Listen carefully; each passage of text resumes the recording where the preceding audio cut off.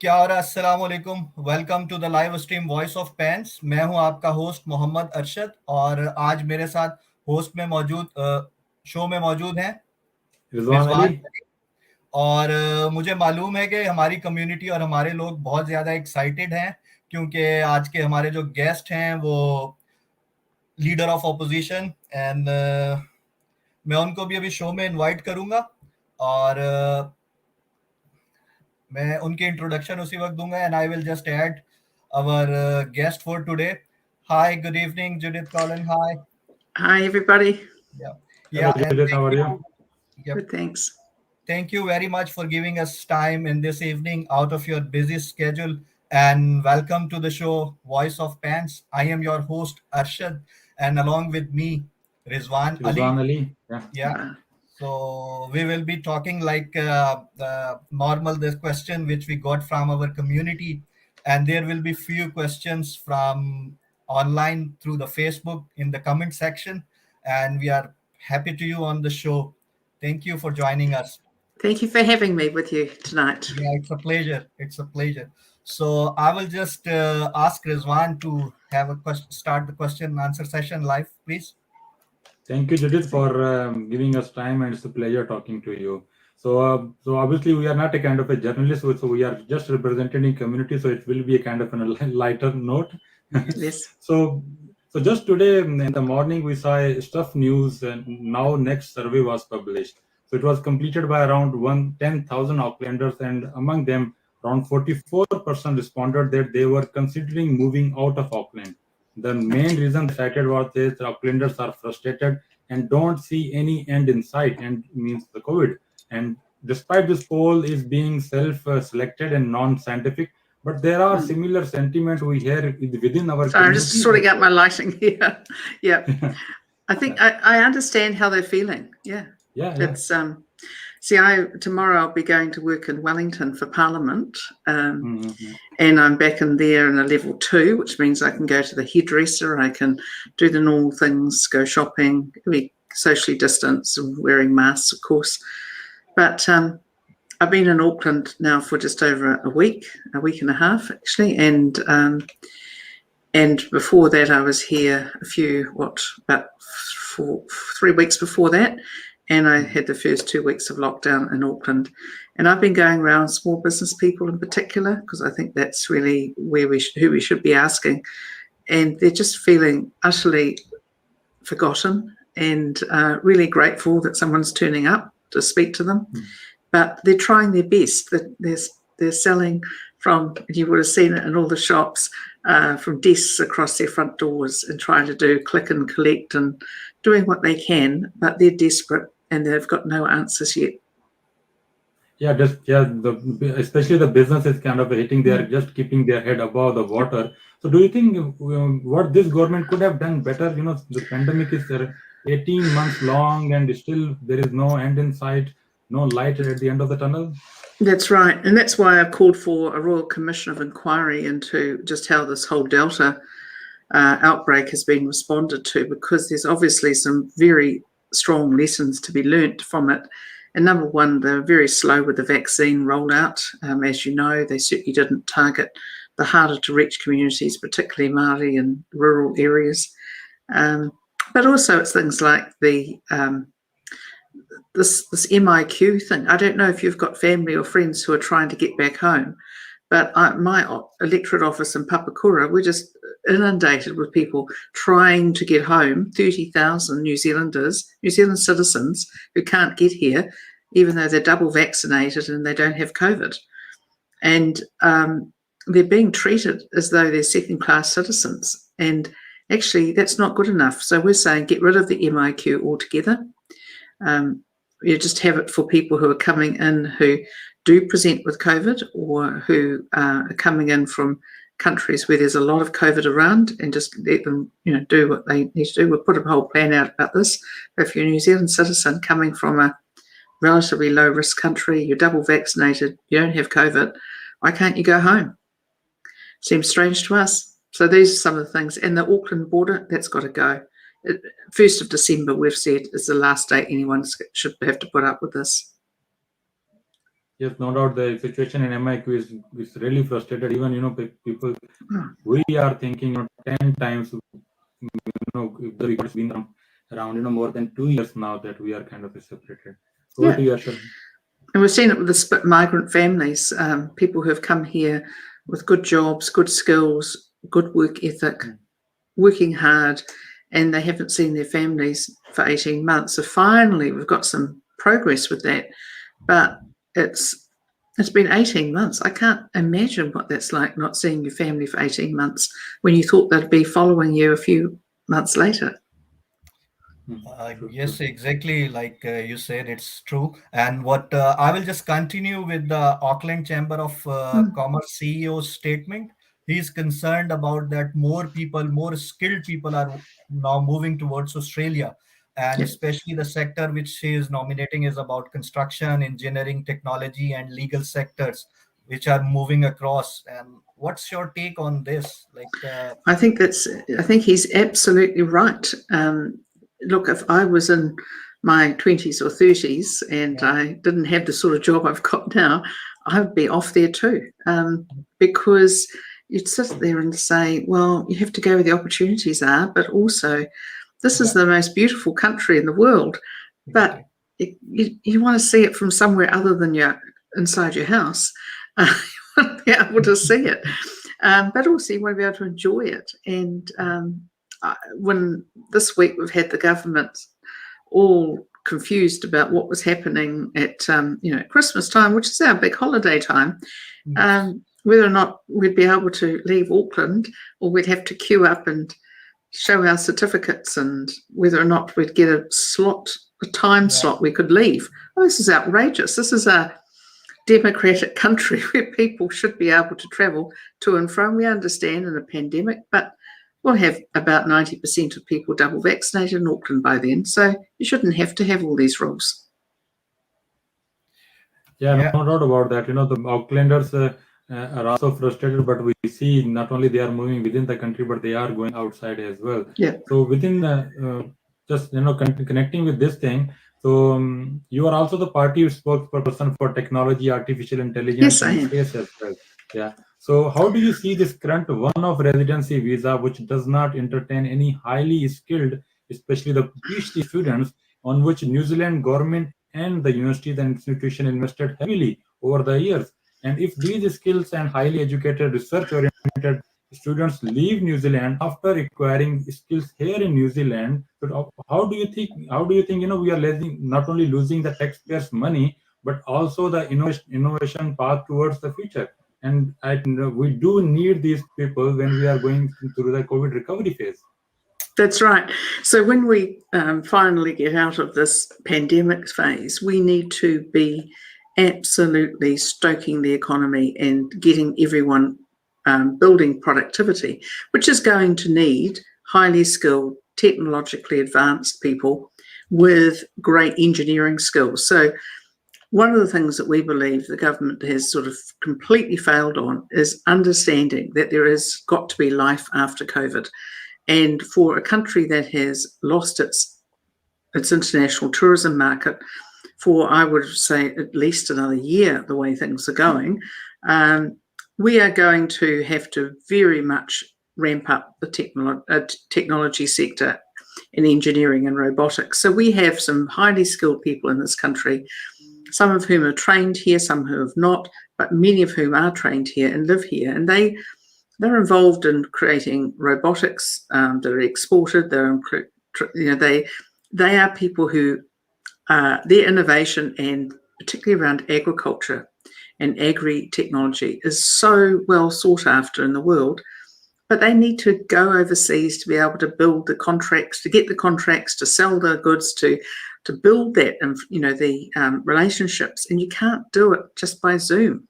You've got to be able to often be in the room, meet the people, ask what they think, show them what it is you're producing. And they're finding it really hard. So these are the sorts of things where the government has now decided that they want to let us 150 business people trial MIQ at home. Well, it means nothing, does it? 150. But also we know of businesses now where, particularly in the technology sector, where they've actually sent their people overseas to get these contracts, to understand that their people may not be able to get back for months. And so they're having to invest a lot of money to do this. So the government needs to, not everybody, people aren't widgets. We're all different. We all have different skills, all different abilities.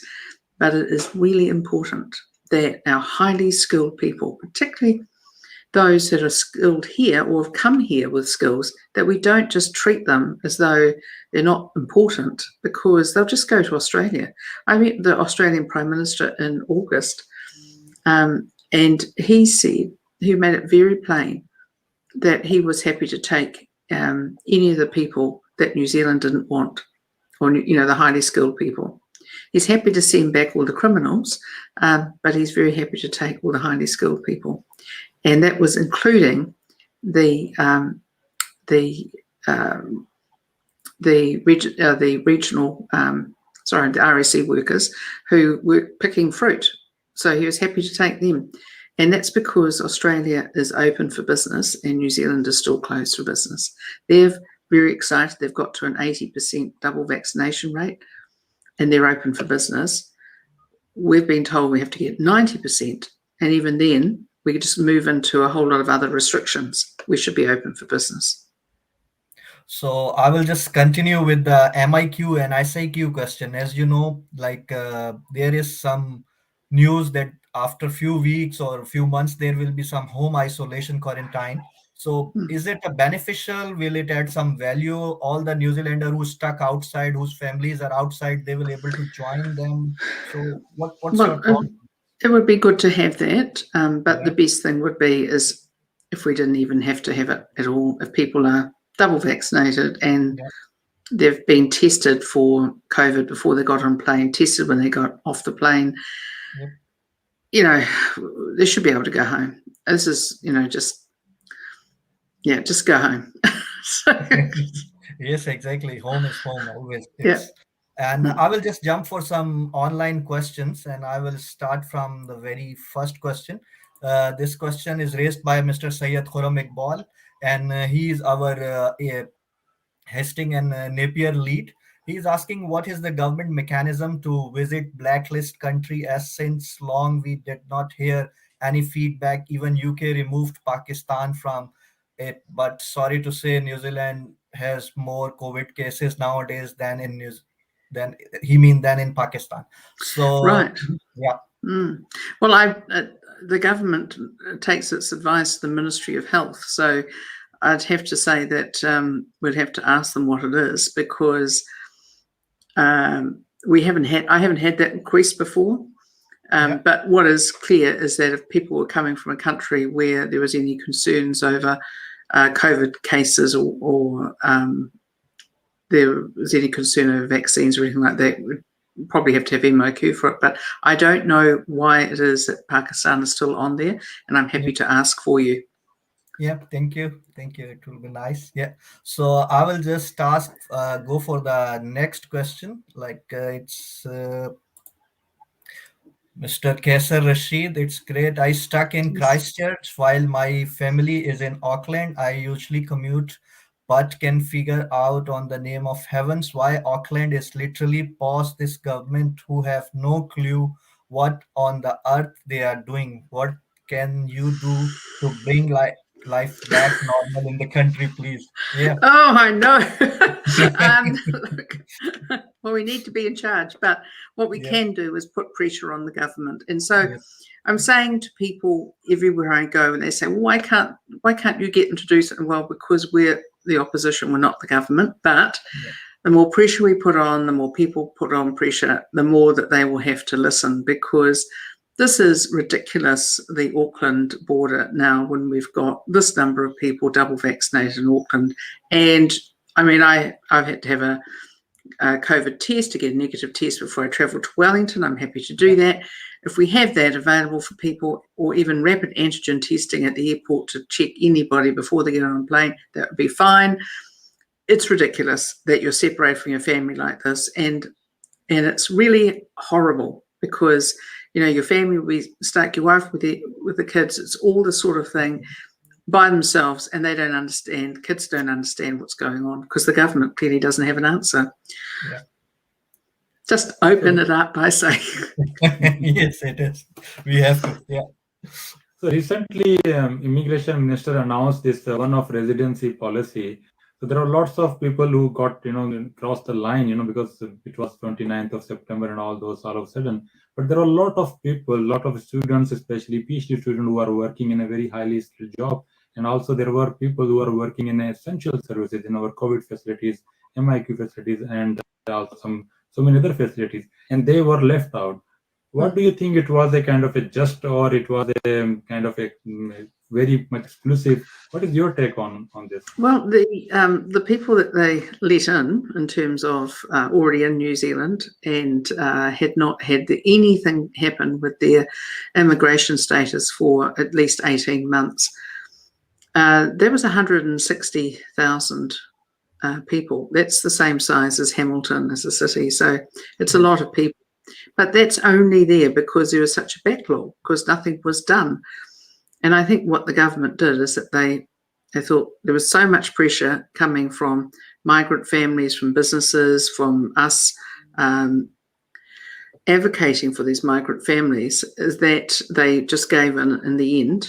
And we know that they took a few months to do it because in May they announced they were going to basically stop immigration. They called it their immigration reset they were going to do. And then a few months later, they decided to give residency or pathway to it for the families, those 160,000. But that's meant that no one else has been dealt with.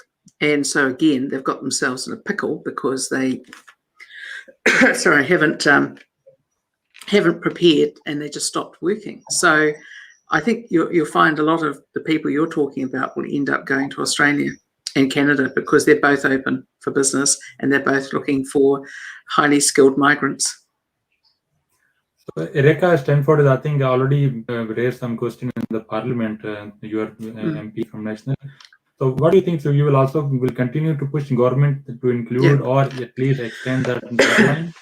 Well, immigration is extremely important for us. We're a small country, well, as we're physically as big as the United Kingdom, and we only have 5 million people. And we've got, as we know, 1 million New Zealanders living overseas. So we can do with more people. But what we need are people who are prepared to work hard, add skills, be part of the New Zealand team as such, and actually want to contribute and live within the law. That's what we need. We need that and energy and drive. And that's what most migrants bring. Most migrants bring all of those things. And I always think people sometimes forget in New Zealand that every New Zealander is either an immigrant or a descendant of immigrants. Even Maori were immigrants, 1,000 years ago. My family was immigrants 200 years ago. But there are plenty of people who are great Kiwis who have just come in the last 10 years. So why don't we just remember that? And the most dynamic and exciting economies tend to be in places where there's lots of immigration coming in and people are contributing. So, I'm not afraid of immigration, and I know the current government is, but I'm not. I just think immigrants bring an awful lot for the country. Thank you so much for highlighting the contribution of immigrants. Yes, that's really nice. I will just take another online question. What is your plan to ensure we will be out of lockdown before holidays? If only I was in charge, we would be. I think we're putting a lot of pressure on the government, and I think if we all continue to do so, that they will eventually buckle on this and give in. We can't be, so many small businesses in particular, they've got their summer stock. That's how they make their money, is during summer. And particularly in Auckland, they're being told there's no guarantee. You might be able, you'll be able to travel, the Prime Minister said today, out of Auckland, but there are conditions. No, we should be open for business. I'm just going to keep putting more pressure on her this week, and I think we've all got to do that. Yeah, so I will just go for the next question. Hi, Judith. Thank you for talking about plight of New Zealanders. However, also to be Oh, remembered to yeah. consider international. I think we talk about this, that Mm. 5 billion economy also have a right to be here. I haven't been able to go home since to see my family nearly 2 years. The same which Rizwan has highlighted. So I will just move for the next one. Mm. So any date for opening borders for international travel? Well, if only I was in charge. Well, we think 1st of December is the date that Yeah. we have Freedom Day, and Yeah. we just have to do this. It's not about just, letting COVID in. The government accused me of wanting to have COVID for Christmas. Well, they've given us COVID for every day before that. So I think we just have to be able to bank on everyone getting vaccinated who's ever going to be vaccinated, and just get on to it. As for the international students, look, I can't imagine how bad it is for you. Often, some of you can work, some of you possibly can't, but it is very, very difficult. And we've asked for help for international students who are stuck, at the very start of the pandemic. So I say we just need to get back to a form of normal. I see around the world, many other countries now living with this, and they have much lower vaccination rates than we've got, and they're living with it, and they're working on the basis that they deal with it, that most people who get infected who are vaccinated do not end up in hospital. Most people, it's not going to be life-threatening. But that's the main thing, is get vaccinated and get the much protection. In the meantime, I want my freedom back. I'm sure you do too. Yeah, obviously it is. It is. Everyone needs it back. Yeah. So yeah, thank you. So I will just move for another question. It is related to the judiciary and the justice system. Like there are few people who are on temporary visa and they charge for criminal offenses, and immigration do not extend their visa because they are saying it is unlawful in New Zealand, and you have some offenses like XYZ, so many, or people have one offense, two, three. On government agency, ask them to leave, whereas other agency may consider them that it is an offense and it is not a severe offense. So what it will be if any person is facing these type of things? How he can do? What his Well, of plan? course, people don't get deported unless they've been convicted. So it is important, though, that the people come here, that they follow the law, and it's a privilege to be able to come to New Zealand, and I'm sure you know that it's a real privilege. But it's really important for our country, is that when people come here, they want to follow the rules, follow the law, and that you don't end up being charged with criminal offences or convicted of criminal offences. So we're not going to have different rules on this. My view is if people come here, they commit serious criminal offences, then as soon as they've served their prison time, they should be deported. I've got no patience for it. Yep. So I will continue this question like in the criminal and the judiciary system. We have some family violence and terrible record of OECD countries. To tackle these issues, we are creating laws and policies that we are implementing, even the judiciary is implementing day-to-day basis. But the violence matter is only around 30 to 35% in this regard. Court, police, and all other agencies but blindly pushing for tough regimes, creating one more problem for the families addressing their issues in some scenarios. So the question is that if a person is innocent until he is proven to be guilty, but in family violence regime, a person is effectively guilty until proven innocent. It's a vice versa. Like if someone has committed crime and until he is proven, he will be charged, but in a family regime it is a reverse scenario. So we have constant feedback from the police get involved in these cases, therefore many victims do not come forward in the fear of losing their family and loved ones. Like if it's a violence case, maybe the police will separate both of the partner, so they will not come, they will not record the cases. So when migrant community have a complex web of relationship involving arranged marriages and these type of immigration issues, so what's your thoughts on these type of things? Okay, so family violence matters actually dealt with in the criminal court. So you are innocent until proven guilty. You may not feel like it, but you are. And our record in family violence in New Zealand is it's not good. It's bad.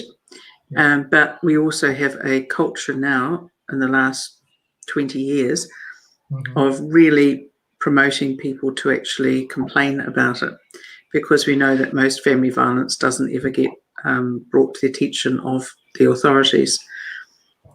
I think people need to understand you can't, whatever the situation, arranged marriages, stress in the family, anything else, you simply can't use violence in your family or anywhere else. It is never going to be acceptable, and it is just totally against the law here, and it will be dealt with really seriously. So the biggest thing I'd say is that just don't.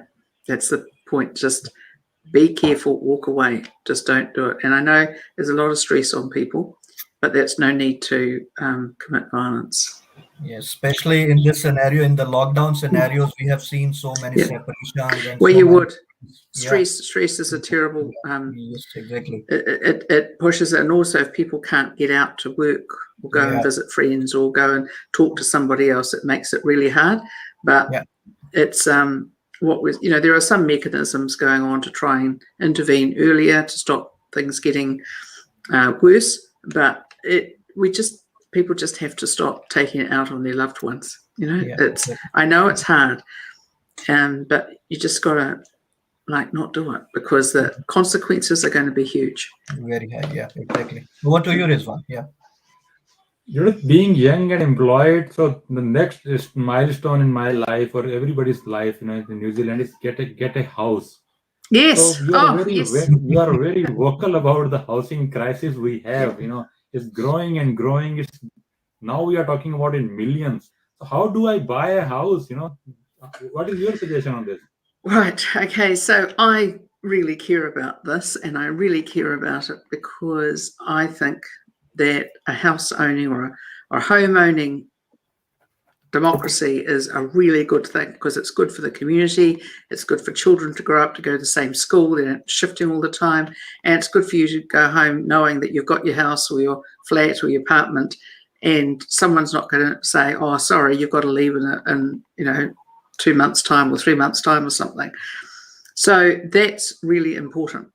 And so we've been working for the last 4 years trying to get the government to accept that the best way forward is to free up planning rules so that people can build more houses on their property.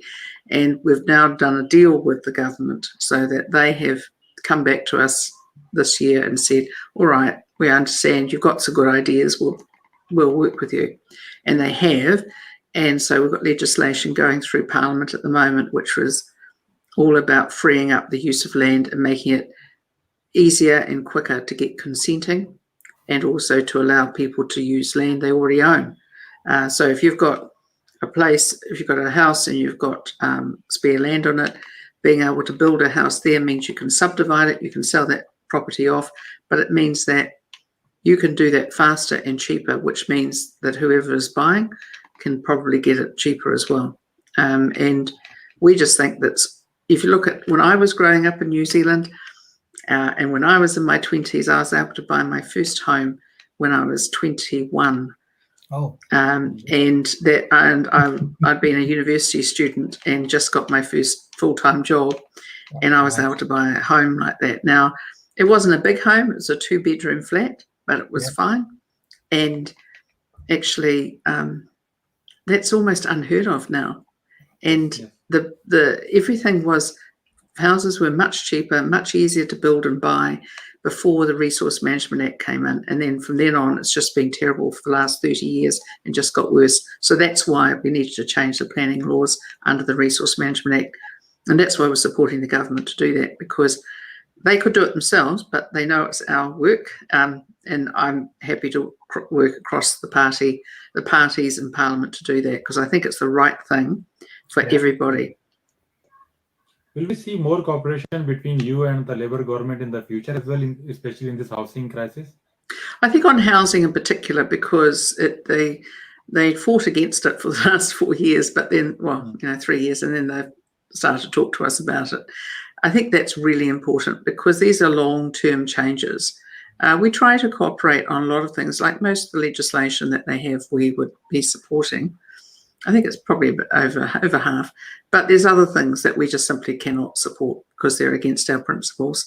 But things like housing, I think that affects everybody. And I know there are some people who don't like the thought that their neighbours could build another house on their property. I'm saying to them, what's worse is if your children can never have a hope of buying a home. It's like people in their 30s and 40s who are working and were working for all their adult lives should be in a position to own their own home. I totally agree with you. They got a dream, so the housing is a dream for a young migrant community like us, and also for every New Zealander. Housing is a must. And thank you for cooperating with the government. We are looking forward to some more in the future as well from you. Over to you, Arshad. Yeah, so I will just take one of online question. Hi, Judith. Good to see you at PANZ. And do you see a great resignation, especially for low-paid jobs like us? Government has no plan to take Auckland out of lockdown. So I think they're going to have to take Auckland out of lockdown. They've said that next week, or this week actually now coming, that they think that retail will be able to open, but then it could have opened last week. I think there'll be some people who will be losing their jobs, and the government will say, well, unemployment rate's relatively low, but what we've got is a lot more people on the unemployment benefit now, the job seeker benefit. So I don't know quite, the unemployment number percentage are those who actually want to work or available to work. It doesn't take account of those who have just given up, and it doesn't take account of people who are just said, look, I'm just going to go and do some study. I can't hack this anymore.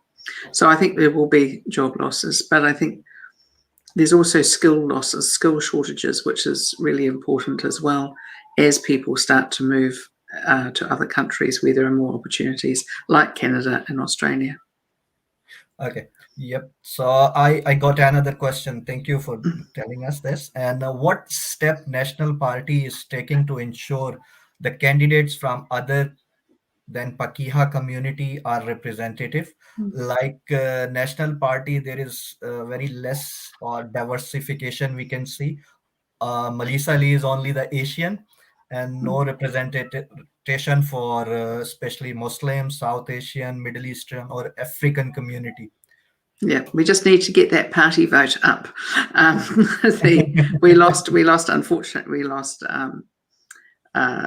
most of our ethnic diversity at the election because the party vote went down and they were list MPs.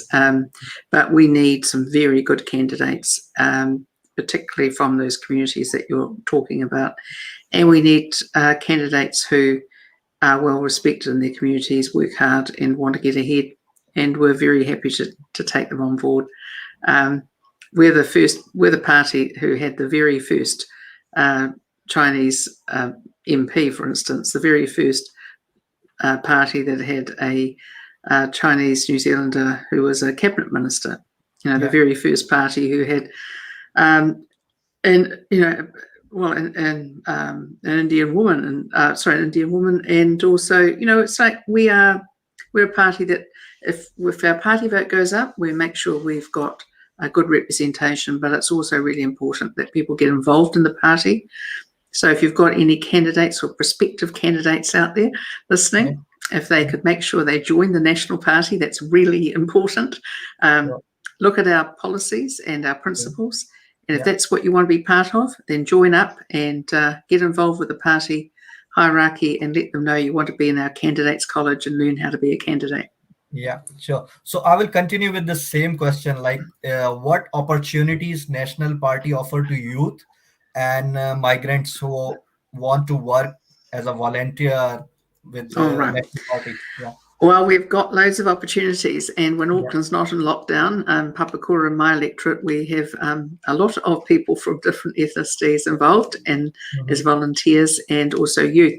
So I think one of the things you do is you become part of, you join the party, you do it online, join up with a particular electorate, or if you're a young nat, you might want to be a young person, you want to be part of Young Nationals, or be part of an electorate with an MP who you can connect with. And what happens is you get involved through that. So we really need people to do this, and we really need people who don't all just look like me, but really, really important. And so I look at my own electorate, and we're a very diverse electorate, and we have people of all religions, all ethnicities, and all age groups. Yeah. Okay. So just for my audience and for our viewers and Pakistani community, which sports you follow? You follow rugby or cricket? I do. I follow rugby and cricket. So both and both tennis. of the, I should say tennis as well. tennis. Yeah. Okay. So I love both of tennis. So yes. there is an ongoing World Cup match. So I think after a few hours, New Zealand will be playing with that very new team, Afghanistan, and that's a kind of a quarter-final. If New Zealand won, it will go straight to semi-finals. So, are any message to the New Zealand Black Caps there? Yes. You get out there and you do the job, guys, because you know what happens. You won't be able to get back in MIQ, so you better do a good job. Because our nation, Pakistani nation, is also cricket-loving nation. They love very much cricket. Yeah. So over to you, Rizwan. I got one question. So you are leading a big political party, and obviously it goes through so many things. What inspires you and motivate you every day? Is there anything you can share with us? Well, look, Rizwan, it's a really good question, because it's really tough in opposition, and it's really tough when you're in a COVID thing and you've got up against a very skilled operator when it comes to public relations. And what motivates me is that I know that the country needs to have a national-led government, and I know that through the tough times, you've got to have people who are strong and experienced. And I'm strong and I'm experienced, and I've been a lawyer for 20 years before I went into politics, business person, company director. So I know that, and I've been a minister in some big portfolios under a national government. You need that sort of ability to be able to deal with the terrible mess that we've got at the moment. And you can see it now, inexperience from a government, no real understanding about how business works, who business is. They think business is all big business. They think it's the big corporates with, the chief executive titles and the international travel. Most business are just people who, in their shops, doing their business, or tradespeople. That's mostly who most business is. I will just take few online questions. So there is Aisha Kausar. She is also hosting show on some other days, and the same Voice of PANZ. So she is just asking about that the T20 World Cup is happening in UAE, and there is no MIQs, no quarantine. We have already discussed about this. So our vaccination rate is also high. And what strategic planning is behind this, and how we compare it with our other small countries where economy depend on tourism, like New Zealand? Well, Aisha, we're just lucky that we also have agriculture and dairy in particular, because we have nothing otherwise, and kiwi fruit. That's about it. Look, I like you don't understand why it is that we are, as now, after all the effort that's gone in the last few months, we are now very heavily vaccinated, and other countries are opening up. They're getting about. They're having fun. They're traveling. They're being able to be at events, and we're still under this lockdown. Aisha, if I had the health advice and the planning advice that the government has, I would give it to you, but they refuse to give it to us. They give us. They say, "Oh, you listen to what we tell the media." That's it. Okay. So I will just take another question. This is by Ali Shabir. Would National ask for investigation of this failed MIQ systems?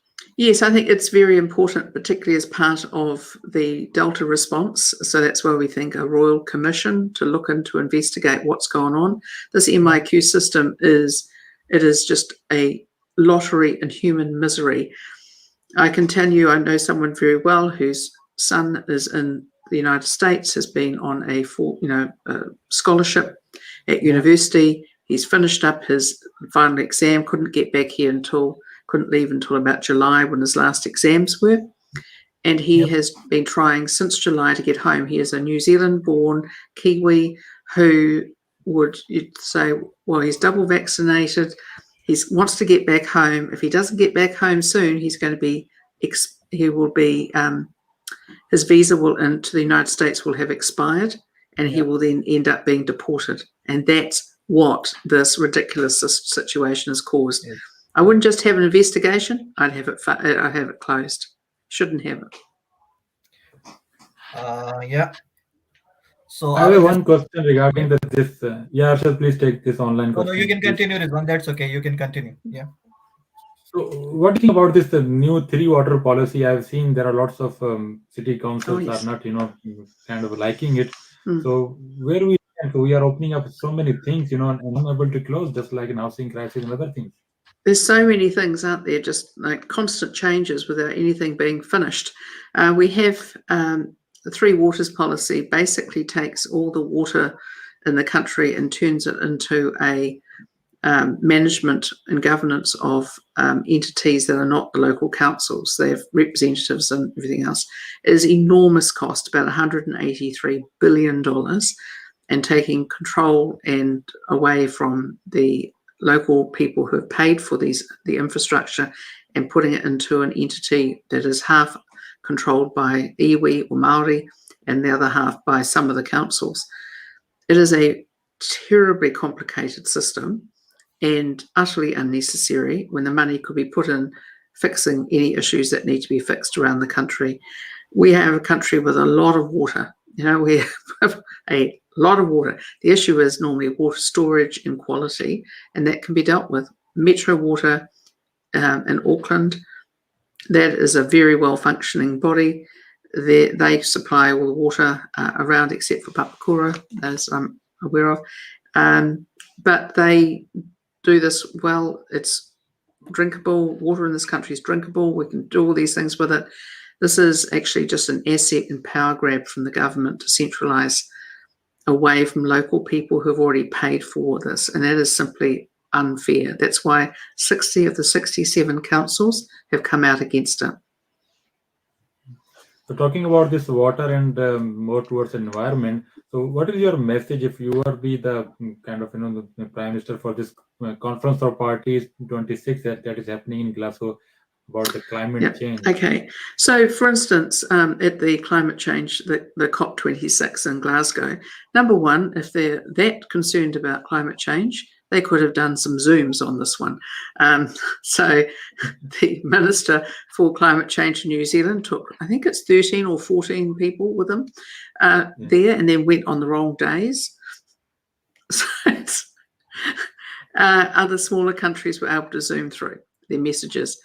New Zealand does our bit, but what the government has signed us up for is in 9 years that New Zealand gets to a 50% reduction in carbon emissions or greenhouse gas emissions in 9 years. Now that is too hard. That is, our greenhouse gas emissions mostly come from agriculture. It is the only thing paying the bills in New Zealand. And we can't improve that much because ours are already grass-fed. They're already out in the paddocks. They're not these high carbon stock that they have in Europe where they're in sheds and they're all fed things like palm kernels. We're already doing our bit, and actually we already have a very high renewable energy use. Like when I was the Minister of Energy and Resources, it was 83%. And now it's dropped down to about 75, but still it's pretty high compared to the rest of the world. So we are already doing it, but we're not the big polluters. When we look at the big emitters of greenhouse gas, they're basically Russia, China, India, US. We're little in it, and we shouldn't destroy our economy, which pays for the healthcare, the education, everything else, to try and be first in the world. And I actually think James Shaw and the government's done a very bad job for New Zealand, and we're going to have to try and deal with that. obviously, during this COVID crisis, and obviously when the economy will go recovery mode, so we need to again rethink. I like that your idea about the zooming instead of Yeah. all the people from 120 some countries are heading in their private jets.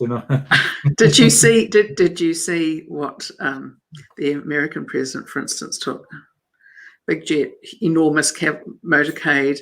I'm sorry, people here are trying to pay their bills, and we have James Shaw, the Minister for Climate Change, flying over with a whole group of people to Glasgow to say what, to do what, and he could have done it all by Zoom. And I just look at this and think, where's your priorities?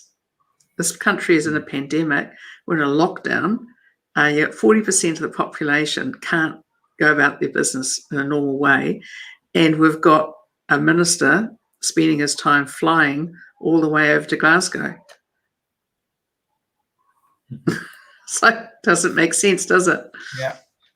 Thank you, Judith, for you. very open and candid answer. So we have lots of questions online, so we're unable to catch up. So Exactly. most of these questions were regarding this one-off visa. So hopefully you and Erica and your party will raise. We'll ask about this. Yeah, one-off visa, housing, and pandemic. Most of the question you already answered. So I request my viewers that due to we are running out of time, and because we requested Honorable Judith Collin to join us only for 45 minutes, and we are very thankful our President, Pakistan Association New Zealand, Mr. Naveed Hamid, and the whole executive council team, and we are very thankful to you that you have given us time on the Sunday, even in this late evening.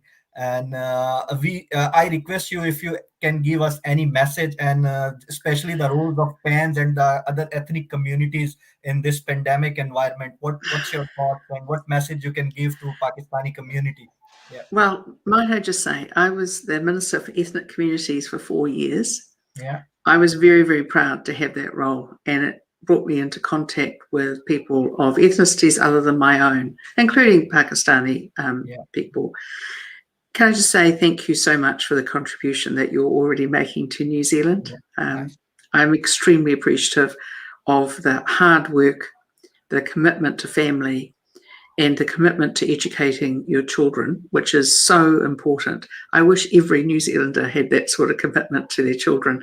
So thank you for that. And also, please stay, because we need to have highly skilled, highly motivated people, and we've got to rebuild our economy and rebuild our country. Yeah, exactly. So once again, I would like to say thank you very much from whole PANZ team, and thank you very much for giving us time. And we really enjoyed this conversation with you, and I hope you also enjoyed discussion and talking and all these questions from our community members. So thank you very much for giving us time. Thank you. I'd be happy to join you any other time. Sure. I think this program got a kind of our highest audience today, and a lot of questions. So I would highly invite you again in this program. Thank you. Exactly. Thank you. Thank you. Good night. See you. Bye. Good night. Bye. Well done, Arshil bhai. I think we got our highest audience, the largest audience we got today, and there's so many questions we couldn't actually ask, especially in the online thing. And probably we'll have another session with Judith or any other member of National Party really soon. So I will say thank you very much तो उन तमाम लोगों के लिए जिन्होंने हमें questions लिखे, and unfortunately तमाम क्वेश्चंस जो हैं वो हम लोग डिस्कस कर चुके थे. अगर हम जो है पॉइंट्स और डॉट्स को मिलाएं तो more and less we were already discussed all the question. And thank you again for writing us. तो इसके साथ शो का इख्तिताम करेंगे, और उम्मीद करते हैं हम लोग आइंदा आगे नेक्स्ट शोज में भी आप तमाम लोगों के लिए इसी तरह के गेस्ट लेके आते रहेंगे, और आप हमारे शो को एंजॉय करेंगे. Thank you very much. अस्सलाम वालेकुम. बहुत शुक्रिया. अल्लाह हाफिज. पाकिस्तान जिंदाबाद. पाकिस्तान जिंदाबाद.